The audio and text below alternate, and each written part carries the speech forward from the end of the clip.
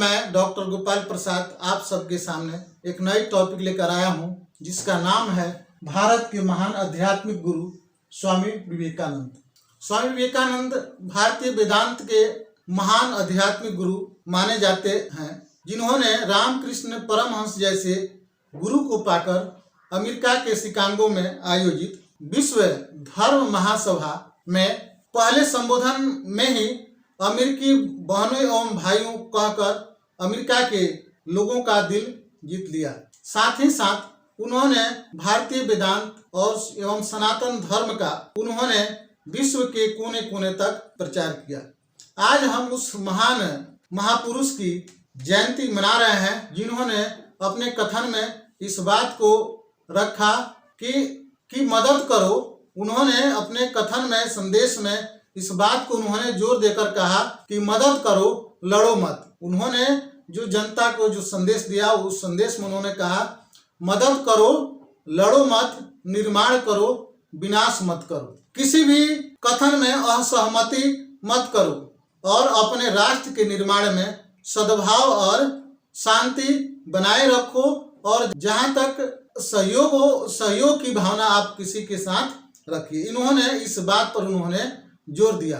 तो आज उस महान व्यक्ति की हम जन्मदिन मना रहे हैं, और उनके जन्मदिन के अवसर पर राष्ट्र जो है राष्ट्रीय युवा दिवस मना रहा है। तो इस युवा दिवस के अवसर पर हम स्वामी विवेकानंद के जीवनी से आधारित कुछ प्रश्नों को आपके सामने मैं रख रहा हूं, जिसको आपको भी जानना बहुत जरूरी है। तो चलिए हम चलते हैं स्वामी विवेकानंद की से संबंधित प्रश्नों के बारे में। तो पहला प्रश्न जो है, उठो जागो और तब तक मत रुको जब तक लक्ष्य की प्राप्ति न हो जाए। उठो जागो और तब तक मत रुको जब तक लक्ष्य की प्राप्ति न हो जाए। यह कथन किसका है? यह कथन जो है किसने कहा? तो इस कथन को कहने वाले महान हस्ती जो है, जिनका नाम है स्वामी विवेकानंद। क्या नाम है? स्वामी विवेकानंद। अगला सवाल जो है, राष्ट्रीय युवा दिवस कब और किनके जन्मदिन पर मनाई जाती है? तो राष्ट्रीय युवा दिवस हर साल 12 जनवरी को मनाई जाती है। कब मनाई जाती है? 12 जनवरी को मनाई जाती है, और यह जो है स्वामी विवेकानंद के जन्मदिन पर मनाई जाती है। अगला सवाल है, अंतर्राष्ट्रीय युवा दिवस कब मनाई जाती है? तो अंतर्राष्ट्रीय युवा दिवस 6 जुलाई को मनाई जाती है। कब मनाई जाती है? 6 जुलाई को मनाई जाती है। और क्यों मनाई जाती है? सो संयुक्त राष्ट्र सभा द्वारा पारित सिफारिशों के आधार पर ये अंतर्राष्ट्रीय युवा दिवस मनाया जाता है, क्योंकि युवा जो है वे बढ़ चढ़कर राष्ट्र के निर्माण में सहयोग करें। अगला सवाल जो है, स्वामी विवेकानंद का जन्म कब और कहाँ हुआ था? तो स्वामी विवेकानंद का जन्म 12 जनवरी 1863 में कोलकाता में हुआ था। कहाँ हुआ था? कोलकाता में हुआ था। अगला सवाल है, स्वामी विवेकानंद के माता और पिता का क्या नाम था? तो माता का नाम भुवनेश्वरी देवी और पिता का नाम विश्वनाथ दत्त। माता का नाम भुवनेश्वरी देवी और पिता का नाम विश्वनाथ दत्त। अगला सवाल है, स्वामी विवेकानंद के बचपन का नाम क्या था? तो स्वामी विवेकानंद के बचपन का नाम जो था वह वीरेश्वर, नरेंद्र और नरेंद्र। उनके बचपन का जो नाम था वीरेश्वर, नरेंद्र और नरेंद्र। अगला सवाल है, स्वामी विवेकानंद का वास्तविक नाम क्या था? तो स्वामी विवेकानंद का जो वास्तविक नाम था, उनका नाम था नरेंद्र नाथ दत्त। क्या नाम है? नरेंद्र नाथ दत्त।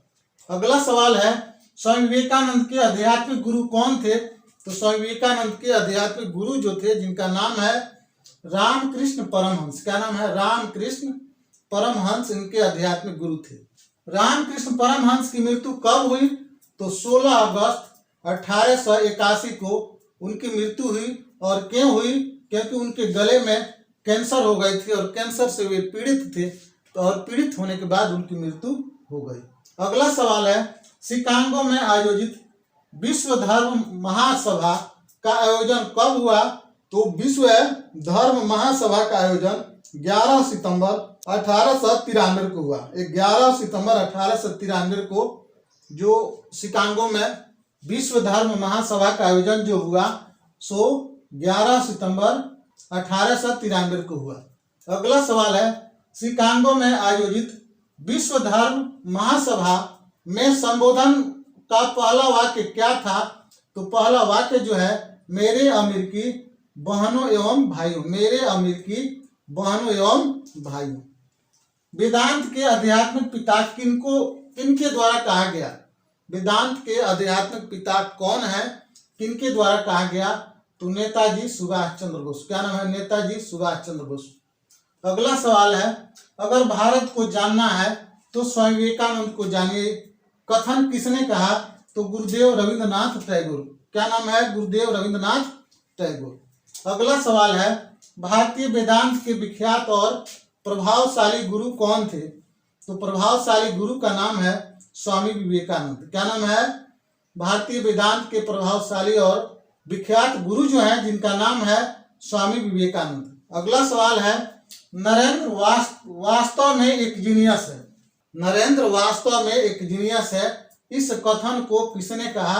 जिनका नाम है विलियम हेस्टी। क्या नाम है? विलियम हेस्टी जो है, इन्होंने कहा कि नरेंद्र वास्तव में तुम जीनियस हो। और ये कौन थे? महासभा संस्था के प्रिंसिपल थे, जिन्होंने इस बात को कहा कि नरेंद्र वास्तव में तुम जीनियस हो। अगला सवाल है, स्वामी विवेकानंद को विवेकानंद किनके द्वारा यह नाम दिया गया? किनके द्वारा यह नाम दिया गया? तो खेताड़ी के जो महाराज जो थे, खेताड़ी के महाराजा अजीत सिंह। क्या नाम है? खेताड़ी के महाराजा अजीत सिंह के द्वारा स्वामी विवेकानंद को विवेकानंद का नाम दिया गया। अगले सवाल पर चलते हैं। अगला सवाल, रामकृष्ण परमहंस किस मंदिर के पुजारी थे? तो आप सभी जानते हैं कि स्वामी विवेकानंद के गुरु रामकृष्ण परमहंस थे। और रामकृष्ण परमहंस दक्षिणेश्वर काली मंदिर जो कलकत्ता में है, उस मंदिर के वे पुजारी थे। क्या नाम है? दक्षिणेश्वर काली मंदिर कोलकाता, जिसके पुजारी रामकृष्ण परमहंस थे। अगला सवाल है, शिकागो में आयोजित विश्व धर्म महासम्मेलन के अध्यक्ष कौन थे? तो जो शिकागो में जो विश्व धर्म महासभा जो आयोजित की गई थी, उसके अध्यक्ष का नाम था डॉक्टर जे.एच. बैराज। क्या नाम है? Doctor JH. बैराज। अगला सवाल है, रामकृष्ण मिशन की स्थापना किसने और कब किया? तो रामकृष्ण मिशन की स्थापना करने का एक सौभाग्य जो है स्वामी विवेकानंद को जाता है। इन्होंने रामकृष्ण मिशन की स्थापना की और कब की? 1 मई 1897 को।